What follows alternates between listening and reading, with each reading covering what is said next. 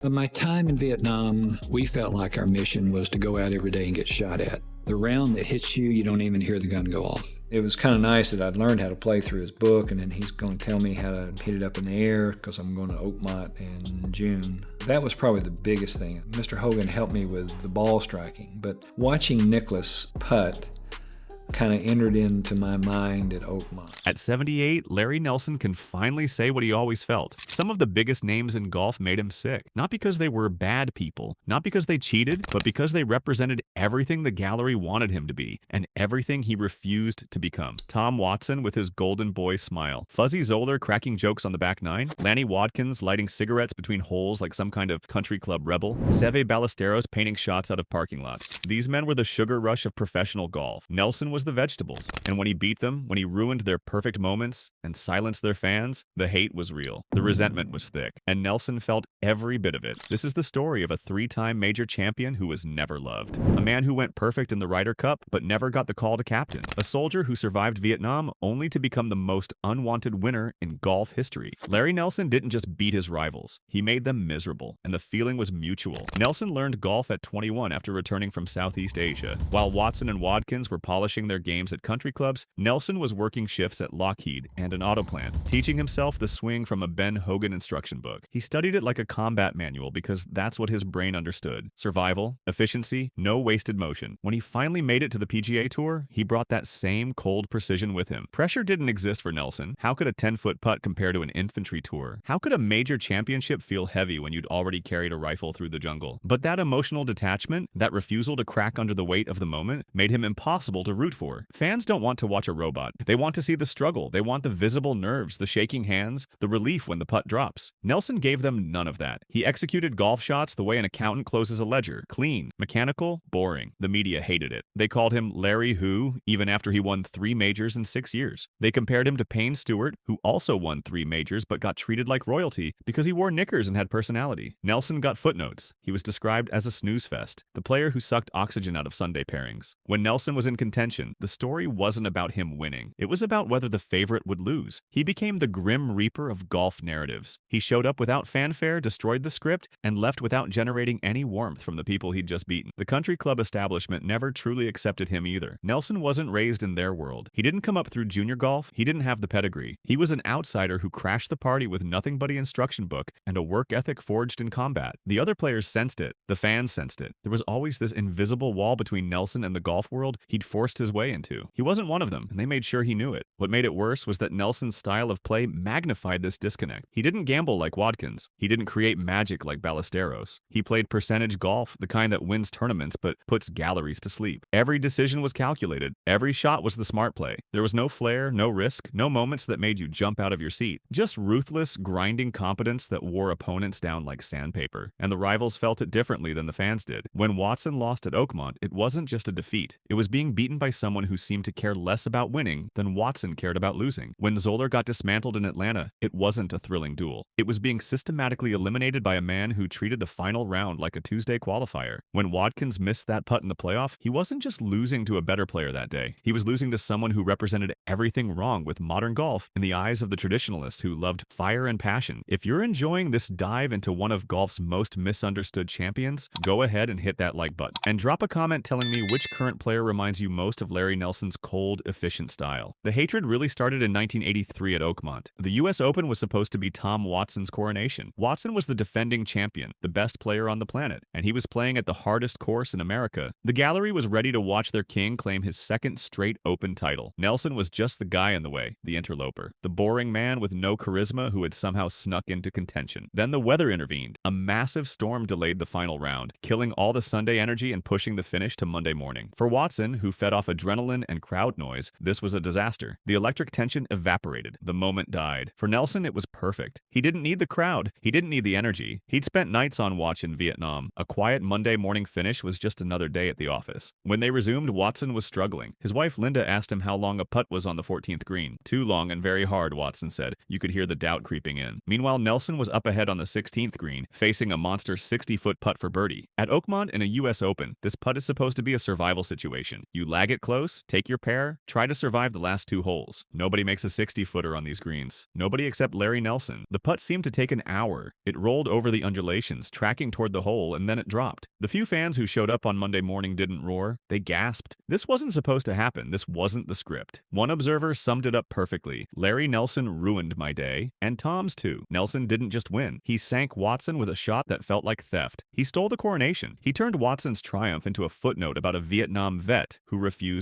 to miss. Nelson played the final 36 holes in 132 strokes, a record at Oakmont that still sounds impossible. He beat Watson by 1 shot. He didn't win with emotion or flair. He won by refusing to make mistakes while Watson cracked under the weight of expectation. The gallery left silent. Watson left crushed, and Nelson left with the trophy, unbothered by the fact that nobody wanted him to have it. 2 years earlier, Nelson had done the same thing to Fuzzy Zoeller at the PGA Championship in Atlanta. Zoeller was the tour's resident comedian, the guy who drank vodka and cracked jokes with the gallery. Fans loved Fuzzy. He was the fun uncle of professional golf. Nelson admitted he wasn't as comical as Fuzzy or Chichi Rodriguez. He wasn't trying to be. He was trying to win. Nelson shot back-to-back 66 in the middle rounds and turned the final day into a procession. He won by 4 strokes. No drama, no late charge needed, no miraculous saves. He just removed Zoeller from the equation by playing cleaner golf. He suffocated the personality out of the event. By the time Sunday rolled around, the outcome was already decided. Nelson had neutered Fuzzy's charisma by making it irrelevant to the score. Fans left disappointed. They didn't get the Fuzzy show. They got a clinic in boring efficiency. Then came 1987, the PGA Championship at PGA National in Florida. August heat. Brutal conditions. And standing across from Nelson in the battle for the title was Lanny Wadkins, the hellraiser, the chain smoker, the gambler who lived for high-pressure moments. The media loved the contrast, the devout, clean-living Nelson versus the wild, risk-taking Wadkins. When reporters asked Wadkins about it, he feigned anger. "Are you calling me a wild, hell-raising son of a bitch?" Then he grinned. Might be. The fans wanted Wadkins to win. They wanted fire to beat ice. They wanted the rebel to take down the choir boy. Instead, they got a playoff that turned into a grimy war. Both players missed the green on the first extra hole. Nelson chipped to 6 feet. Wadkins chipped to 4. This was Wadkins' moment. The short putt to win or extend, the kind of situation he lived for. And he missed. Nelson didn't blink. He made his par putt and walked off with his 3rd major. He didn't celebrate. He didn't pump his fist. He just nodded and moved on, as if winning a major in a playoff was no different than finishing a Tuesday practice round. Wadkins was left standing there, the fire extinguished by a man who played golf like he was filling out tax forms. The Ryder Cup is where Nelson's dominance became most personal. In 1979, he made his debut and went 5-0, perfect record. He beat everyone Europe threw at him. But the real story was Seve Ballesteros. Seve was the heart and soul of the European team, the charismatic artist who could escape from anywhere with a birdie. Nelson was his personal nightmare. Nelson beat Seve repeatedly. He held a winning record against the Spaniard that almost nobody else could claim. Every time Seve tried to conjure magic, Nelson responded with a dead-straight iron shot and a made putt. He was the anti-Seve. He didn't engage in gamesmanship. He didn't try to out-create him. He just erased Seve's genius with robotic precision. For the European side, watching Nelson dismantle their best player with no emotion and no flair was infuriating. But here's where the institutional hate gets ugly. Despite 3 majors and a 9-3-1 Ryder Cup record, Larry Nelson was never selected to captain the U.S. team. Never. Not once. This is widely considered the biggest Ryder Cup captain snub of all time. Nelson himself admitted to being shocked and miffed. He'd talked to PGA officials. He thought it was a done deal, especially for the 1997 matches in Spain at Valderrama. It would have been perfect. The man who owned Seve leading the U.S. team into Seve's backyard. Instead, the PGA picked Tom Kite, then Ben Crenshaw, then Curtis Strange, then Hal Sutton. The message was clear. Nelson was too boring. He didn't have the marketing appeal. He wasn't TV ready. The PGA of America decided that Larry Nelson, for all his winning, wasn't the face they wanted to project. They used him for his points and discarded him when it came time for the honors. It was a cold, corporate slap in the face. The establishment hated the idea of boring Larry Nelson standing in front of cameras, so they erased him from that legacy. Even Nelson's losses carried a strange humiliation. In 1979, before he became a major champion, he lost a playoff to Gil Morgan at a tour event in Philadelphia. Morgan birdied the 2nd extra hole. It was a quiet loss that didn't make headlines, but it proved that Nelson's system wasn't invincible. The ice could crack. Then in 1989, after Nelson had already won 3 majors and cemented his place in history, he lost a playoff to Jody Mudd at the Byron Nelson Classic. Mudd was talented but inconsistent, nowhere near Nelson's level. Mudd sank a 12-foot birdie on the first playoff hole and walked away with the win. For a 3-time major champion to lose to Jody Mudd in a playoff felt like a different category of failure. It signaled the waning of Nelson's powers. The spoiler had been spoiled by a journeyman, and the public didn't feel sympathy. They felt indifference. Just another quiet exit for the quiet man. Nelson also had his share of off-course friction. There wasn't was a tax issue where he assumed sales taxes worked the same in Missouri as they did in Illinois. He got caught up in what he felt was a technical violation, not intentional evasion. The media refused to publish his side of the story. Nelson quit the local paper over it, frustrated that even when he tried to explain himself, nobody cared enough to listen. Then there was the Masters disqualification in 1992. Nelson shot 73 in the opening round, and afterward officials told him his irons were non-conforming. He was disqualified. He became the last player ever kicked out of the Masters for an equipment violation. For a man known for his preparation, this was a bizarre lapse. Stories floated around about Nelson using 4 sets of irons during a tournament week, or switching putters on the practice green moments before a final round. Despite his calm exterior, he was constantly tinkering, searching, running right up against the rigid structures of the game. What makes Nelson's story so frustrating is that he did everything right. He won the majors, he dominated in the Ryder Cup, he played the game with integrity and discipline, but none of it mattered because he didn't smile enough. He didn't crack jokes. He didn't give the fans the emotional theater they craved, so they treated him like an afterthought, a footnote, the boring guy who ruined Tom Watson's moment, the machine that sucked the fun out of Fuzzy's tournament, the cold assassin who refused to let Lanny Wadkins be the hero. And the worst part? Nelson knew it. He hated the limelight, and the limelight returned the favor by ignoring him. He hated losing, so he made Watson and Wadkins miserable on the Sundays that mattered most. And the establishment hated the idea of him representing the sport, so they erased him from the captaincy and left a gap in history that still stings. The deeper you look at Nelson's career, the more you see a pattern of rejection that went beyond just fan indifference. This was systemic. The golf world built walls around him that he could never quite break through, no matter how many trophies he collected. Other champions got endorsement deals and television gigs. Nelson got polite applause and quick exits from the broadcast booth. Other Ryder Cup heroes got their names etched into the captaincy lineage. Nelson got a thank you note and a pat on the back. There's something particularly cruel about being great at something and having that greatness treated as an inconvenience. Nelson wasn't just overlooked. He was actively resented for being good in the wrong way. He committed the cardinal sin of modern sports. He was effective without being entertaining. He won without giving people a reason to care. And in an era where personality was starting to matter as much as performance, that made him not just boring, but almost offensive to the sensibilities of fans who wanted their heroes to feel like friends. The Vietnam background should have made him a hero. Any other sport would have turned that into a marketing goldmine. The soldier who learned golf from a book and beat the country club kids at their own game. But golf isn't any other sport. Golf has always been about tradition, pedigree, and fitting into a very specific mold. Nelson shattered that mold by refusing to pretend he belonged. He never tried to be one of them. He just showed up, did his job better than almost everyone else, and went home. That honesty, that refusal to play the game off the course made him an outsider forever. Larry Nelson is the most successful unwanted champion in golf history. He was respected by his peers but never embraced by the public. He was the vegetables on a plate full of desserts. Essential, effective, undeniably good for you, but never what anyone actually wanted. He didn't kill his rivals with trash talk or gamesmanship. He killed them with silence, with efficiency, with the cold, hard truth that sometimes the best player isn't the most beloved. At 78, Nelson can look back and see it clearly. He spoiled the heroes. He ruined the storylines. He refused to play the role the fans wanted. And for that, he'll always be remembered as the champion nobody cheered for. The man who won 3 majors and never got the love. The soldier who survived Vietnam only to become golf's most resented winner. So here's the final question. If Larry Nelson played today, in the age of social media and personality-driven sports, would he be even more hated? Or would we finally appreciate the ruthless efficiency of a man who refused to lose? Drop your thoughts in the comments. And if this story changed the way you see one of golf's forgotten champions, make sure you subscribe because there are plenty more untold stories like this one waiting to be uncovered.